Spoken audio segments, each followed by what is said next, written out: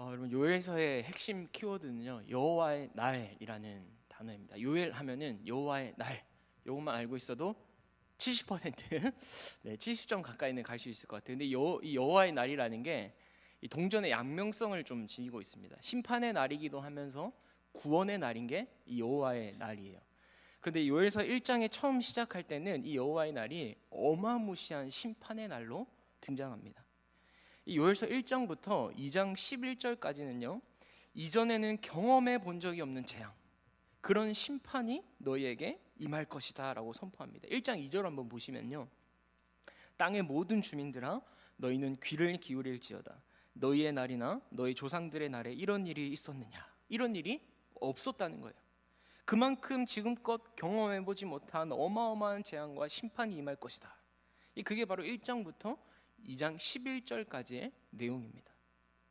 그러면서 이 재앙을 해결할 수 있는, 이 심판에서 벗어날 수 있는 그런 방법을 알려주는데요, 우리 2장 12절에서 13절 말씀인데 제가 한번 읽어보겠습니다. 여호와의 말씀에 너희는 이제라도 금식하고 울며 애통하고 마음을 다하여 내게로 돌아오라 하셨나니 너희는 옷을 찢지 말고 뭘 찢으래요? 마음을 찢고. 그러니까 형식적인 회개하지 말라는 거예요. 형식적인 회개 금식하지 말고 마음을 찢고 너희 하나님 여호와께로 돌아올지어다. 왜냐? 그는 은혜로우시며 자비로우시며 노하기를 더디하시며 이내가 크시사 뜻을 돌이켜 재앙을 내리지 아니하신다라고 하세요. 쉽게 말해서 너희가 이제라도 돌이킨다면, 하나님께 돌아온다면 하나님은 너희를 용서해 주실 거예요. 하나님은 긍휼이 풍성하시고 자비로우신 분이기 때문에 너희가 돌이키기만 한다면 그 재앙에서 거두어 주실 것이다 라는 거예요. 그리고 이제 오늘 본문 18절이 들어갑니다. 이렇게 시작하죠. 18절 보실까요? 그때에 라고 해요. 여기서 그때는 언제를 말하겠어요? 너희가 회개할 때, 그죠? 너희가 회개할 때에 여호와께서 자기의 땅을 극진히 사랑하시어 그의 백성을 불쌍히 여기실 것이라. 여러분, 요엘서에서 완전히 전세 역전이 일어나는 구절이 바로 오늘 18절의 말씀입니다. 지금까지 하나님은 요엘 선지자를 통해서 어마무시한 심판을 예언했어요. 그런데 오늘 본문 바로 18절부터 그 분위기가 완전히 바뀝니다. 하나님이 자신의 백성들에게 심판이 아니라 구원을 베풀 것이다. 하나님의 놀라운 은혜가 있을 것이다. 여러분, 이게 오늘 우리가 읽은 본문의 핵심 메시지입니다. 그렇다면 어떤 은혜를 베푸시느냐? 크게 두 단락으로 설명되어지는데요, 2장 18절부터 27절까지는 하나님께서 메뚜기 떼를 몰아내고 모든 결실을 풍성히 주실 것이다. 이게 여호와께서 행하시는 큰 일로 표현되고 있어요. 그리고 두 번째는 2장 28절부터 32절까지인데요, 하나님이 모든 육체에게 성령, 하나님의 영을 부어주시겠다 약속하십니다. 이제 우리가 그 하나님의 은혜가 무엇인지 좀 차근차근히 함께 살펴보겠습니다. 오늘 본문 18절 말씀인데 한 번 더 같이 18절 말씀을 읽어보겠습니다. 그때 여호와께서 자기의 땅을 극진히 사랑하시어 그의 백성을 불쌍히 여기실 것이라. 주의 백성들이 회개할 때에 여호와께서 자기의 땅, 자기의 백성을 극진히 사랑하시어 그의 백성을 불쌍히 여기실 것이다, 이런 말씀인데요, 여기서 극진히 사랑하시다라는 단어가 히브리어로 카나입니다. 이 뜻이 뭐냐면 열심을 내다, 불같이 질투하다, 이런 뜻이에요. 여러분, 하나님이 불같이 질투하신다, 어떻게 생각하세요? 좀 이상하지 않습니까? 우리는 질투하면 보통 인간이 하는 질투, 욕심에서 비롯된 그런 부정적인 질투를 먼저 생각하게 되는데요, 사실 질투는요 하나님의 성품이고 하나님의 이름입니다. 출애굽기 34장 14절을 보시면요, 너는 다른 신에게 절하지 말라, 여호와는 질투라 이름하는 어떤 하나님이라고요? 질투의 하나님이다 라고 하세요. 또 출애굽기 20장 5절에도 그것들에게 절하지 말며 그것들을 섬기지 말라, 나 내 하나님 여호와는 질투하는 하나님인지 나를 미워하는 자의 죄를 갚되 아버지로부터 아들에게로 3, 4대까지 이르게 하거니와 라고 하죠. 또 신명기 6장 14절에서 15절인데요, 너희는 다른 신들 곧 내 사면에 있는 백성의 신들을 따르지 말라, 너희 중에 계신 너희 하나님 여호와는 질투하시는 하나님이신지 너희 하나님 여호와께서 내게 진노하사 너를 지면에서 멸절시킬까 두려워하노라 라고 합니다. 여러분, 이 구절들이 다 질투의 하나님, 하나님은 질투의 하나님이라고 자신을 계시하는 구절인데요. 혹시 한 가지 공통점을 발견하셨을까요? 어떨 때 하나님이 내가 질투의 하나님이다 이렇게 말씀하시느냐? 다른 신에게 절하지 말라. 다른 신을 섬기지 말고 따르지 말라. 즉 우상 숭배와 관련돼서 하나님은 자신을 질투의 하나님이다라고 말씀하세요. 그러니까 질투의 하나님이라는 것은요, 하나님과 이스라엘의 이 언약 관계 안에서, 즉 나는 너희의 하나님이고 너희는 내 백성이다, 이게 언약 공식이거든요. 구약에 쉽게 말해서 넌 내 거야 하고 결혼식을 올린 거예요. 결혼을 한 겁니다. 언약을 맺은 겁니다. 근데 결혼을 했는데, 언약을 맺었는데 여러분 한눈 파면 됩니까? 안 됩니까? 안 되죠. 그러니까 하나님이 가지신 질투는요, 언약 관계에 기초한 하나님의 감정이세요. 우리가 하나님이 아닌 다른 것을 쫓고 따를 때, 하나님이 아닌 다른 것을 더 사랑하고 섬길 때, 하나님은 그 우상 숭배에 대해서 질투하신다라는 거예요. 우리 인간이 가지고 있는 질투처럼 뭐 독점하기 위해서, 내가 차지하기 위해서 막 다 내가 그냥 욕심내면서 다 차지하기 위해서 하는 그런 질투가 아니에요. 하나님은 우리가 헛된 것에 쫓아가지 않도록, 그래서 그 우상으로 인해서 여러분 헛된 것을 쫓아가면 어떻게 됩니까? 하나님이 주신 참 자유를 잃어버리잖아요. 그걸 누리지 못하잖아요. 그래서 하나님은 질투하시는 거예요. 여러분 우상은 참된 신이 아닙니다. 그죠? 인간이 만든 가짜 신이에요. 그런데 내 백성이 그 헛된 것을 막 쫓고 있어요. 그런 것을 쫓다 보니 내가 주는 참 자유를 누리지 못하고 있어. 막 자기 욕망에 따라 살아가면서 계속 갈급해하고 헛된 것에 막 종속되어 있고 억눌려 있고 죄의 종로를 타면서 삽니다. 그래서 하나님이 질투하시는 거예요. 여러분, 즉 하나님의 질투는요, 우리를 향한 하나님의 신실하신 사랑입니다. 언약 백성에 대한 그분의 신실함이 하나님이 하시는 질투인 거예요. 왜? 죄의 종로를 타면서 살아가면 내 자신이 고통스럽잖아요. 우리 죄의 종로를 타면서 이전에 살아봐서 알잖아요. 마셔도 계속 갈증만 나고 채워지지가 않습니다. 뭔가 잡힐 것 같아서 성공을 추구하고요, 돈과 명예와 권력을 얻기 위해서 부단히 애쓰는데 잡은 것 같은데도 안 잡혀요. 얼마나 고통스럽습니까? 얼마나 비참한 인생이에요. 그런데 하나님은 그 고통에서 해방시켜 주시기 위해서 질투하신다라는 거예요. 여러분, 그래서 질투는 언약 백성에 대한 하나님의 사랑입니다. 우리를 죄의 사슬에서 끊어내서 참 자유를 주시기 위한 질투인 것이죠. 여러분, 이 하나님의 질투하심이 뭔지 아는 사람은요, 하나님을 위해 질투하는 삶을 살아갑니다. 민수기 25장을 보면요, 이스라엘 백성들이 가나안 땅 입성을 바로 코앞에 둡니다. 그런데 그때 이 바알 부올에게 미혹되는 일이 일어나요. 하나님과 언약을 맺은 이스라엘 백성들이 모압 여자들과 음행을 하기 시작합니다. 그러니까 모압 여인들이 이스라엘 백성들을 성적으로 유혹해가지고 자기들이 따르는 바알의 신을 따르게 만들어요. 그러니까 우상 숭배한 거죠, 그죠? 그래서 하나님이 이스라엘에게 진노하십니다. 그런데 그때 시므리라는 자가 온 회중이 보는 앞에서 미디안 여인을 데리고 와서 막사 안에 들어가서 성관계를 가져요. 여러분, 지금 어떤 상황이냐? 하나님의 진노가 임했어요.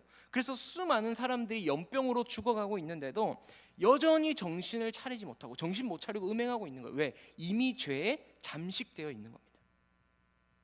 그런데 그때 이 비느하스가 창을 들고 막사 안으로 따라 들어갑니다. 그리고는 그대로 그 시므리와 미디안 여인을 찔러 죽여버려요. 그러자 어떤 일이 일어난지 아십니까? 이스라엘에게 임했던 연병이 그쳤습니다. 그러면서 하나님이 이렇게 말씀하세요. 민수기 25장 11절 말씀인데요, 제사장 아론의 손자 엘르아살의 아들 비느하스가 내 질투심으로 질투하여 이스라엘 자손 중에서 내 노를 돌이켜 내 질투심으로 그들을 소멸하지 않게 하였다라고 하세요. 여러분 보세요. 비느하스가 했던 행동, 창을 들고 시므리를 죽였던 그 행동은 내 질투심으로 인한 질투한 행동이다. 그 질투심이 있었기 때문에 내가 노를 돌이켜서 이스라엘을 진멸하지 않았다라고 하는 겁니다. 여러분, 그러고는 기가 막힌 축복을 해주시는데 그 뒤로 나오는 12절 13절 말씀입니다. 그러므로 말하라, 내가 그에게, 비느하스죠, 그에게 내 평화의 언약을 주리니 그와 그의 후손에게 영원한 제사장 직분의 언약이라. 그가 그의 하나님을 위하여 질투하여 이스라엘 자손을 속죄하였음이라라고. 여러분, 여기서 나온 질투가 뭐예요? 오늘 요엘서 2장 18절에서 하나님께서 자기의 땅을 극진히 사랑하시오. 하나님의 질투예요. 비느하스는 언약 백성을 향한 그 하나님의 신실하신 사랑을 알았던 겁니다. 그래서 그 하나님의 마음으로 질투하고 열심을 내서 더 이상 죄악을 끊어버리고자 시므리를 죽였던 거예요. 그리고 하나님은 이에 대해서 그가 그의 하나님을 위하여 질투하여 이스라엘 자손을 속죄하였다라고 말씀하세요. 여러분, 우리도 하나님이 아닌 것, 그 하나님이 아닌 것이 하나님 자리에 대신한 자 있다면 비느하스처럼 질투해야 합니다. 예수님 보세요. 성전에서 장사하는 자들 내쫓으시고 상을 엎으신 이유가 무엇입니까? 하나님을 예배하는 성전을 자기의 이익의 혈안이 되어서 장사꾼의 소굴로 만든 겁니다. 돈과 물질에 눈이 멀어서 하나님을 이용만 하고요, 하나님의 자리에 돈과 욕망이 대신한 자 있었던 거예요. 그래서 예수님은 분노하셨어요. 질투하셨어요. 거룩한 분노, 거룩한 질투죠. 여러분, 우리도 하나님을 거역하는 이 세상을 보면서 이러한 거룩한 분노, 거룩한 질투가 있어야 됩니다. 그저 인간적인 감정과 나의 의를 드러내기 위한 분노가 아니라요, 하나님의 말씀을 따르지 않고 불의가 가득한 상황에 대한 그 거룩한 분노, 의의 분노가 있어야 하는 거예요. 여러분, 그래서 지금 이 시대에도 비느하스가 필요합니다. 하나님의 마음을 가지고 하나님을 위하여 질투하는 자가 있어야 되는 거예요. 그가 그의 하나님을 위하여 질투하여 이스라엘 자손을 속죄하였다. 여러분, 이러한 하나님의 질투가 있기에 오늘 본문에 다시 돌아와서 우리에게 하나님의 긍휼이 임합니다. 그때 여호와께서 자기의 땅을 극진히 사랑하시어 질투하시어 어떻게 하신다고요? 그의 백성을 불쌍히 여기실 것이다. 여기서 우리 성경으로 보면요, 불쌍히 여기실 것이라, 이 시제가 미래를 가리키는 표현인데요, 실제로 히브리어 원문에서는 이미 일어난 일을 표현하고 있는 미래 완료의 시제를 쓰고 있습니다. 그러니까 사실 지금 상황을 보면 미래 시제가 쓰여야 맞는 것 같아요. 왜냐하면 지금 현실은 재앙 가운데 있거든요. 도저히 하나님의 긍휼이라고는 찾아볼 수 없는 상황인데, 지금 요엘은 하나님이 우리를 회복시키는 날, 그 불쌍히 여기시고 회복시키는 날이 이미 이루어진 것처럼 말하고 있다라는 겁니다. 현실은 재앙인데 하나님의 회복이 이루어질 그 미래의 날을 바라보면서 그날에 서 있는 거예요. 아니, 사실 이 재앙이야말로 우리를 불쌍히 여기시는 하나님의 은혜다라는 것을 깨달은 겁니다. 여러분, 왜 재앙이 은혜입니까? 그 재앙을 통해서라도 우리가 하나님께로 돌아간다면 그게 복이잖아요. 그래서 요엘은 하나님이 이미 우리를 불쌍히 여기셨고 이미 우리를 위한 그 회복 프로젝트를 실행하고 계신다라고 선언하는 겁니다. 여러분, 우리 하나님은요, 우리를 위해 열심을 내실 것이고 우리를 긍휼히 여기실 겁니다. 아니, 이미 열심을 내고 계시고 긍휼히 여겨 주셨어요. 아멘이십니까? 그러니 우리의 회복과 우리의 구원의 유일한 근거는요, 오직 우리를 향한 하나님의 열심, 그 하나님의 긍휼이 유일한 우리의 구원의 근거입니다. 내가 열심히 회개했기 때문도 아니고요, 내가 예쁜 짓을 해서도 아니에요. 여러분, 사실 우리는 태생적으로 하나님을 기쁘시게 해드릴 수가 없습니다. 하지만 그럼에도 불구하고 하나님이 우리를 예쁘게 보시고 우리의 그 작은 정성과 마음을 기쁘시게 받으시는 것은요, 은혜롭고 자비롭고 노하기를 더디하시는 그 하나님의 열심과 긍휼 때문에, 그래서 우리를 받으시고 우리를 회복시켜 주시는 줄 믿습니다. 여러분, 그 하나님의 열심과 긍휼을 깨달으시고 은혜 안에서 살아가는 우리 성도님들 되시길 주님의 이름으로 축복합니다. 그리고 19절부터, 오늘 본문 19절부터 하나님의 응답이 나오는데요, 우리 19절 말씀 같이 읽어보겠습니다. 여호와께서 그들에게 응답하여 이르시기를 내가 너희에게 곡식과 새 포도주와 기름을 주리니 너희가 이로 말미암아 흡족하리라. 내가 다시는 너희가 나라들 가운데서 욕을 당하지 않게 할 것이며.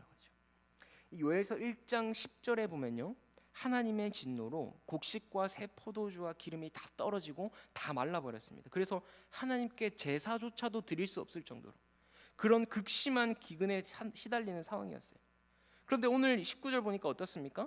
하나님이 곡식과 새 포도주와 기름을 주셔서 너희를 흡족하게 하실 것이다. 회복을 약속하세요. 또 내가 다시는 너희가 나라들 가운데서 욕을 당하지 않게 하겠다. 1장에 보면은 하나님의 심판으로 메뚜기 떼 재앙이 임했어요. 이 메뚜기 떼는 하나님이 이스라엘을 심판하시고자 심판의 도구로 사용한 이방의 군대를 얘기합니다. 그런데 하나님이 이제 그 이방의 침략에서 벗어나게 해주겠다. 그 군대를 내가 물리쳐 주겠다 말씀하시는 거예요. 그 다음 구절에 이게 자세히 설명되어 있는데 20절 보면요, 내가 북쪽 군대를 너희에게서 멀리 떠나게 하여 메마르고 적막한 땅으로 쫓아내리니. 여기서 북쪽 군대, 이방 나라가 아까 1장에 나왔던 메뚜기 떼를 얘기합니다. 다 쫓아내시겠다는 거예요.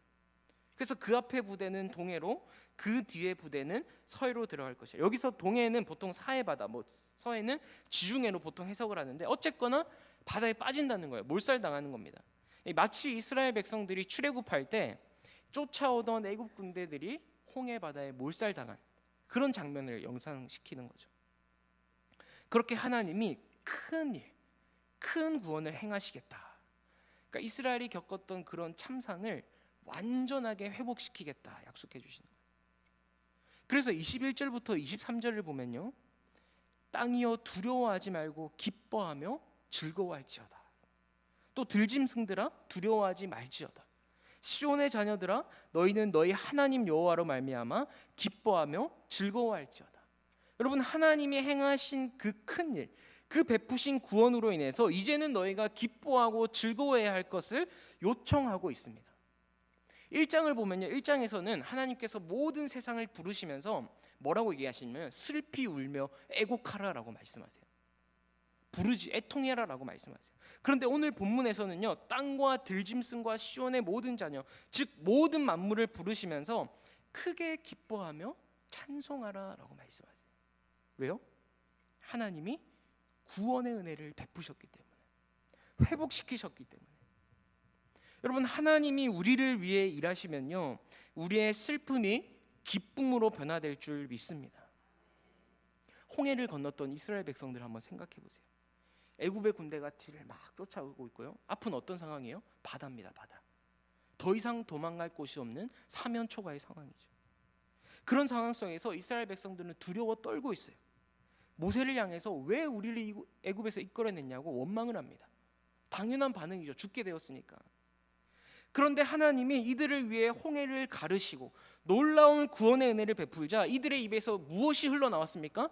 하나님은 위대하시도다. 하나님은 나의 힘이요 구원이시도. 자연스럽게 찬양이 흘러나와요.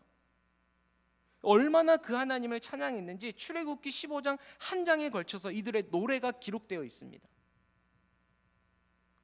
여러분, 우리 하나님은요, 우리의 슬픔을 기쁨으로, 우리의 눈물을 웃음으로 바꾸실 수 있는 전능하신 하나님, 위대하신 하나님이신 줄 믿으시기 바랍니다. 그래서 땅이여 두려워하지 말고 기뻐하며 즐거워하라. 시온의 자녀들아 너희는 너희 하나님 여호와로 말미암아 기뻐해라, 즐거워해라. 여러분, 거대한 세상 앞에 두려워하지 말고 이미 나를 구원하신 하나님, 그리고 우리를 끝까지 구원해 주실 그 하나님을 말미암아 기뻐하고 즐거워할 수 있는 우리가 되기를 소망합니다. 하나님은요, 불살라졌던 들의 풀이 다시 싹을 내고 또 시들어버린 무화과와 포도나무가 풍성하게 열매를 맺을 것임을 약속해 주세요.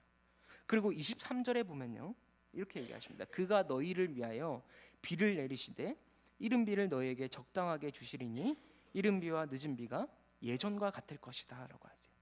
여러분, 이스라엘 백성들에게 이른 비와 늦은 비는요, 하나님의 축복의 상징이었습니다. 이른 비는요, 보통 10월에서 11월, 그러니까 가을에 내리는 비를 말해요. 보통 팔레스타인 지방에서 보리와 이 밀추수를요, 가을에 파종을 해서 이듬해 봄에 추수를 합니다. 그리고 보리 추수가 먼저 하고 끝난 다음에 2주 뒤에 밀추수, 밀수확을 해요. 그러니까 가을에 씨를 뿌려서 봄에 거두는 거죠. 그러니 가을에 내리는 이른 비는요, 이 뿌려진 씨들이 잘 자리 잡고 싹을 내도록 해주는 비입니다. 그리고 늦은 비는 이 봄이 되어서 수확할 때 곡식들이 제대로 여물도록 도와주는 역할이에요. 그래서 이 두 가지 비가 적절하게 내려야지 수확이 풍성해집니다. 그런데 오늘 본문에 하나님이 이른 비와 늦은 비를 적당하게 내려주신대요. 여기서 적당하다는 것은요, 히브리어 원어로 보면요, 째다카라는 단어, 공의를 말합니다. 공의. 여러분 아모스서에 보면 정의를 무같이 공의를 강같이 이르게 할지어다라고 하잖아요. 아시죠? 유명한 구절이잖아요. 그 공의가 오늘 본문에서는 적당하게로 번역된 거예요. 여러분 구약에서 이 째다카, 공의라는 말은요, 기본적으로 하나님과의 올바른 관계를 뜻합니다. 그래서 하나님이 이른 비와 늦은 비를 적당하게 내려주신다는 것은 이런 거예요. 하나님과 이스라엘 관계가 올바르다, 그 관계가 회복되었다, 이런 의미가 들어있습니다. 그래서 신명기 11장 13절에서 14절을 보시면요, 우리 같이 함께 읽어보도록 하겠습니다. 내가 오늘 너희에게 명하는 내 명령을 너희가 만일 청종하고 너희 하나님 여호와를 사랑하여 마음을 다하고 뜻을 다하여 섬기면 여호와께서 너희의 땅에 이른 비 늦은 비를 적당한 때에 내리시나니 너희가 곡식과 포도주와 기름을 얻을 것이요. 하나님께서 이른 비와 늦은 비를 적당한 때에 내려주시는데 조건이 있죠. 너희가 내 명령을 청종하고 마음과 뜻을 다해 하나님을 사랑하고 섬기면 이른 비와 늦은 비를 내려주겠다. 여러분 그러니까 한번 보세요. 이른 비와 늦은 비가 적당한 때에 잘 내린다? 뭐예요? 이스라엘이 하나님을 잘 섬기고 있는 겁니다. 하나님과의 올바른 관계를 형성하고 있는 거예요. 그래서 오늘 본문에서도 너희가 전심으로 회개한다면, 즉 하나님께로 돌이켜서 하나님과의 관계를 잘 맺는다면 예전과 같이 그 이른 비와 늦은 비를 내려주겠다라고 하시는 거예요. 여러분 하나님께로 우리도 돌이켜서 하나님과의 관계가 회복되어지기를 축복합니다. 모든 출발은요, 하나님과의 관계에서 시작되는 거예요. 여러분 목사님 저 지금이라도 괜찮을까요? 너무 늦진 않았을까요? 여러분 늦은 회개란 없어요. 하나님 말씀하신 너희가 이제라도 내게로 돌아오라. 메뚜기 떼가, 여러분 1장을 한번 보세요. 메뚜기 떼가 습격해서 정말 아무것도 남아있지 않습니다. 그냥 쑥대밭이에요. 메마른 그런 황야와 같은 거예요. 그런데도 결코 늦지 않습니다. 이제라도 우리가 하나님께로 돌이켜서 하나님을 찾고 구한다면요, 하나님은 상상할 수 없는 풍성함으로 우리를 채워주실 줄 믿습니다. 여러분 이번 주 금요일이 3.1절이잖아요. 그죠? 3.1절인데 이 나라, 이 대한민국, 이 한국교회도 지금이라도 돌이켜야 돼요. 늦지 않았습니다. 더 늦기 전에 회개의 영이 임해서 진정으로 회개해야 합니다. 다시 말씀 앞으로 돌아가서 교회가 말씀대로 성도들을 양육하지 못했고 교회인 우리가 말씀대로 살아가지 못했음을 가슴치며 애통해야 돼요. 여러분 그럴 때 이 교회, 이 나라 위에 하나님의 놀라운 회복의 역사들이 일어날 줄 믿습니다. 여러분 1919년 3.1운동 때 이 독립선언서를 발표한 민족대표 33인, 그 33인 중에서 절반이 기독교인이었다라는 거 혹시 들어보셨죠? 알고 계시죠? 그리고 3.1 운동하다가 체포된 사람 중에서 20%가 기독교인이었대요. 여러분 당시에 기독교 인구 비율이요, 지금으로 생각하면 안 됩니다. 전체 인구에서 한 1.5%? 2%도 못 미쳤어요. 어떤 통계로는 한 1%? 100명 중에 1명? 그 정도의 기독교 인구 비율이었습니다. 그런데 3.1 운동하다가 잡힌 사람이 기독교인이 20%래요. 심지어 종교를 가진 사람들 중에서는 50%가 넘었답니다. 기독교인이. 여러분 이거는요, 3.1 운동을 주도했던 자들이 누구냐? 기독교인들이었다는 거예요. 여러분 우리 믿음의 선조들은요, 나라의 아픔을 끌어안고 이 나라를 위해 자신의 몸을 아끼지 않았습니다. 이 사회에 기독교적 가치가 뿌리 내릴 수 있도록 그 누구보다 앞장섰어요. 이 사회에 나가서 자신이 가지고 있던 신앙을 그저 교회 안에서만 가지고 있었던 게 아니라, 그냥 여기 안에서만 그렇지 우리가 찬양하고 예배한 것이 아니라 자신의 그 세상에 나아가서, 삶의 자리에 나아가서 실천했고 행동으로 옮겼어요. 그리고 그런 믿음의 행동이 이 사회를 바꾸었고요, 이 나라를 일으켰습니다. 여러분 그런데 지금 한국교회를 한번 보세요. 이 사회의 영향력을 다 잃어버렸어요. 신뢰가 바닥을 치고 있고요, 개독교라고 손가락질 받고 있습니다. 여러분, 우리 믿음의 선조들처럼 다시 교회가 일어나서 이 사회를 하나님 나라의 가치로 주도해 나가고 이끌어 나가야 돼요. 누가? 교회가. 교회인 우리가. 여러분, 저는 교회만이 이 사회를 다시 회복시킬 수 있다고 믿어요. 왠지 아세요? 교회의 머리 되시는 주님이 온 세상 만물의 주관자시기 때문입니다. 여러분, 그래서 그 하나님을 모시는 교회인 우리가 이 시대 마지막 최후의 보루인 거예요. 하나님의 유일한 대안인 거예요. 여러분, 그래서 저는 우리 다음 세대 아이들을 위해서 기도할 때요, 이 아이들이 하나님 나라의 가치로 무장되어져서 누구보다 앞장서서 이 사회에 선한 영향력을 끼치는 자로, 그곳에서 하나님의 영광을 드러내는 자로 세워질 수 있기를 기도합니다. 그래서 이들을 통해서 이 땅에 하나님 나라의 그런 아름다운 문화들이 세워져가는 참된 그리스도인이 되도록 기도하고 있고 양육하고 있어요. 애쓰고 있어요. 여러분들도 이걸 위해서 많이 기도해 주시기를 부탁드립니다. 기성세대로서 먼저 회개하시고요, 이러한 삶의 본을 보여주시기를 여러분 부탁드립니다. 여러분, 이 땅의 공의와 우리가 받는 축복은요, 하나님과의 올바른 관계에 있다라는 사실을 기억하시기 바랍니다. 이 불합리한 세상 속에서 하나님의 공의, 그 하나님의 공의 제다카가 실현되어 주려면요, 하나님의 백성인 우리가 하나님과의 올바른 관계를 맺을 때 가능해지는 거예요.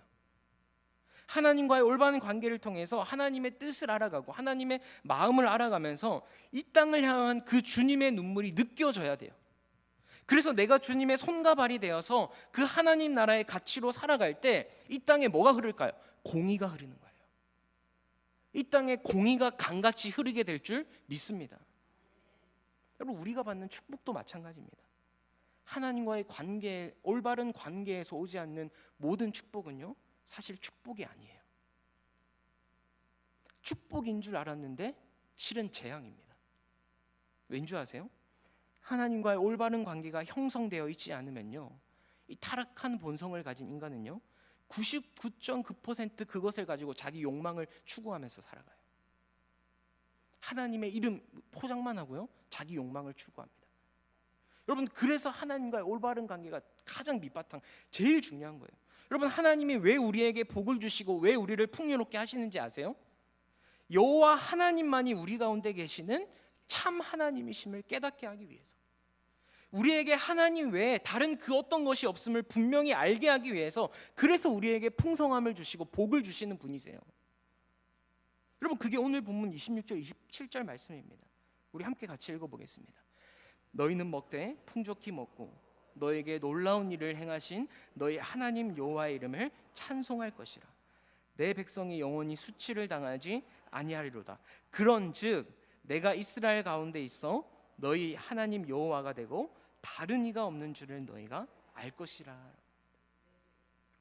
여러분, 하나님이 우리를 회복시켜 주시고 우리에게 복을 주시는 것은요, 하나님이야말로 우리의 하나님이시다. 그 외에 다른 이가 없는 줄을 깨닫고 그 하나님께만 영광 올려드리기 위함이에요. 여러분, 그래서 복은요 그 자체로 의미 있는 게 아니에요. 복은 그 자체로 의미 있는 게 아니라요, 그 복을 통해서 뭘 알아야 되는 거예요? 하나님이 어떤 분이신지 알고 그 하나님을 찬양하게 하는데 의미가 있는 겁니다. 여러분, 그래서 만약에 복을 바꿔도 하나님만이 유일한 하나님이심을 알지 못한다, 하나님을 제대로 섬기지 않는다, 그건 여러분 아무런 의미 없는 복일 뿐입니다. 복이 아니에요, 하나님 주시는 복. 여러분, 그래서 복 중에 복이 뭡니까? 하나님이 나와 함께 하시고 내가 그 하나님과 동행하는 것. 오늘 말씀대로라면 하나님이 우리 가운데 계셔서 하나님만이 우리의 유일한 여호와가 되는 것, 여러분, 이것이 가장 큰 축복인 줄 믿으시기 바랍니다. 여러분, 이 복을 구하셔야 돼요. 이 복이 딱 우리 중심에 새겨야지 다른 복이 들어와도 그 복을 복으로 우리가 받아들일 수 있습니다. 여러분, 그래서 28절에 보시면요 이렇게 얘기하세요. 그 후에 내가 내 영을 만민에게 부어주리니. 가장 큰 축복이죠. 하나님의 영을 부어주신대요. 여러분, 구약에서 성령이 임하시는 일은요 아주 제한적이었습니다. 왕, 선지자, 제사장들한테만 기름 부음이 있었고요. 특별한 사명을 감당할 때에 성령이 임했어요. 그런데 이제는 요엘이 예언하기를 모든 사람에게 누구든지 성령이 임한다는 거예요. 또 29절에 볼까요? 그때 내가 또 내 영을 남종과 여종에게 부어줄 것이다. 여러분 우리가 이 말씀 그냥 뭐 그렇구나 하는데, 여러분 당시의 종은요 정말 하찮은 노예에 불과했어요. 그런데 그런 노예들까지도 하나님의 영이 임한다? 여러분 신약 보세요. 베드로가 이방인한테 성령 임하는 거 보고 기겁을 하잖아요. 근데 그런 노예들한테까지도 하나님의 영이 임한다? 요엘 당시에 이 말을 선언할 때는 상상하기도 힘든 일입니다. 여러분 그러니까 하나님의 영이 임하는 성령의 역사는요, 남녀노소, 빈부귀천, 차별이 없이 모든 사람에게 임하는 하나님의 축복이에요. 하나님의 은혜입니다. 그러면 그 성령이 임하면 어떤 일들이 일어나느냐? 너희 자녀들이 장래일을 말할 것이며, 너희 늙은이는 꿈을 꾸며 너희 젊은이는 이상을 볼 것이다. 여러분 여기서 장래일을 말하고 꿈을 꾸고 이상을 본다는 것은요, 보통 대부분 이 성령의 은사로 이해하는 경우가 많은데 사실 그렇지 않아요. 그런 신비적인 체험을 말하는 게 아닙니다. 물론 예언하고 꿈을 꾸고 환상을 보는 은사적인 측면도 있어요. 맞습니다. 하지만 궁극적으로는 이 말씀의 궁극적인 그 의미는 뭐냐면, 하나님이 다스리시는 하나님의 통치 안으로 들어가서 그 하나님의 나라를 보고 그 하나님의 나라를 말하게 된다는 거예요. 그러니까 여전히 이 땅은 불의와 불법, 억압과 착취가 가득합니다. 그런 세상에 살고 있어요. 그럼에도 성령이 임한 사람들은 하나님의 나라를 보게 될 거라는 거예요. 하나님의 행하실 일을 이야기하게 될 거라는 겁니다. 여러분 성령이 임하시게 되면요, 자녀들이나 늙은이나 젊은이나 모든 세대가 하나님의 말씀이 들려지기 시작하고 그 말씀이 깨달아지기 시작하고, 그래서 모두가 함께 하나님의 꿈과 비전을 품으면서 하나님의 나라를 이뤄가게 된다라는 거예요. 뭐 늙은이는 뭘 꿈꾸고 뭐 이상, 요거에 대한 중점이 있는 게 아니라 모든 사람들이 그 하나님의 나라를 보고 말하고 말씀이 깨달아지고 이 땅에서 그 하나님 나라를 이루어 간다. 이걸 얘기하고 있는 겁니다. 여러분 우리는 이미 성령을 받았습니다. 예수 그리스도를 믿을 때 이미 성령을 받았어요. 여러분 우리가 성령을 받은 자로서 그 나라를 꿈꾸고 그 나라를 바라보면서 함께 하나님 나라를 이루어가는 우리 대길교회가 되기를 소망합니다. 우리 마지막으로 31절 32절 말씀을 함께 같이 읽어보겠습니다. 여호와의 크고 두려운 날이 이르기 전에 해가 어두워지고 달이 핏빛같이 변하려니와 누구든지 여호와의 이름을 부르는 자는 구원을 얻으리니 이는 나 여호와의 말대로 시온산과 예루살렘에서 피할 자가 있을 것이며 남은 자 중에 나 여호와의 부름을 받은 자가 있을 것임이니라. 여러분 여호와의 크고 두려운 날이 이르기 전에 어떤 자가 구원을 얻게 된다고 하죠? 여호와의 이름을 부르는 자입니다. 여기서 여호와의 이름을 부른다는 것은요, 단순한 입술의 고백을 의미하는 게 아니에요. 지금까지 요엘서를 여러분 쭉 읽어보시면 단순히 그냥 입술의 고백을 의미하는 게 아니라 자신의 전인격과 삶을 하나님께로 돌이키는 사람, 우리 가운데 임하신 그 하나님을 바르게 알고 하나님의 지배를 받는 사람, 하나님의 통치를 받는 사람, 그런 사람이 구원을 얻게 된다라고 얘기하고 있는 겁니다. 여러분 여호와의 크고 두려운 날은 반드시 올 것입니다. 온 세상을 심판하시는 여호와의 날이 곧 임할 것입니다. 여호와의 이름을 부르는 자가 되십시오. 하나님의 통치 안에 들어가서 하나님의 보호를 받는 자들은요, 그 심판을 피하게 될 것입니다. 건짐을 받게 될 것입니다. 우리 모든 성도님들이 그런 하나님의 놀라운 구원의 은혜를 경험하고 하나님만을 찬양하는 복된 삶을 살아가시길 주님의 이름으로 축복합니다. 기도하겠습니다. 하나님 오늘 요엘서를 통해서 우리에게 주시는 그 하나님 말씀 우리의 심령과 우리의 삶에 새기고 하나님의 뜻과 하나님의 나라를 꿈꾸며 함께 걸어나가기를 소망합니다. 하나님 우리가 하나님을 찬양하고 하나님의 이름을 높이고 우리의 삶 가운데서 하나님이 행하신 일들을 드러내며 하나님께 영광 올려드리는 귀한 믿음의 삶을 살아갈 수 있도록 주님 축복하여 주시옵소서. 감사드리며 예수님 이름으로 기도합니다. 아멘.